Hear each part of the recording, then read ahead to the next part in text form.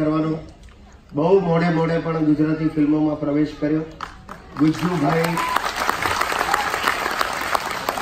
અને શું કામ કર્યું એને માટે પણ પ્રેક્ષકો જવાબદાર છે। ગુજ્જુભાઈને એટલી સ્ટ્રોંગ બ્રાન્ડ બનાવી કે મારા દીકરાને વિચાર આવ્યો કે આપણે ગુજ્જુભાઈથી જ એક ફિલ્મ બનાવીએ અને that was Gujjubhai the great.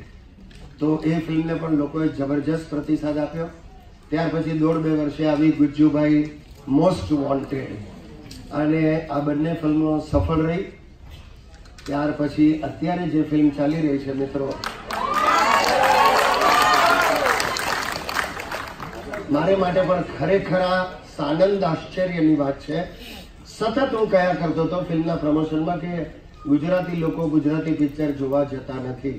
6 કરોડની વસ્તીમાંથી લગભગ 12 થી 15 લાખ લોકો જુએ તો કોઈ દિવસ એનો દી વળે નહીં અને તમે એમ કહેતા ગુજરાતી સિનેમા હવે આગળ વધશે, કાંઈ વળે નહીં, એના ટાટિયામાં જોર જ ન હોય નિર્માતાઓના। પરંતુ આ ફિલ્મે ઇતિહાસ રચ્યો છે કલેક્શનનો અને 8મું કાલથી 9મું અઠવાડિયું ચાલુ થશે દોસ્તો અને હજી હાઉસફુલ આ પિક્ચર જઈ રહ્યું છે।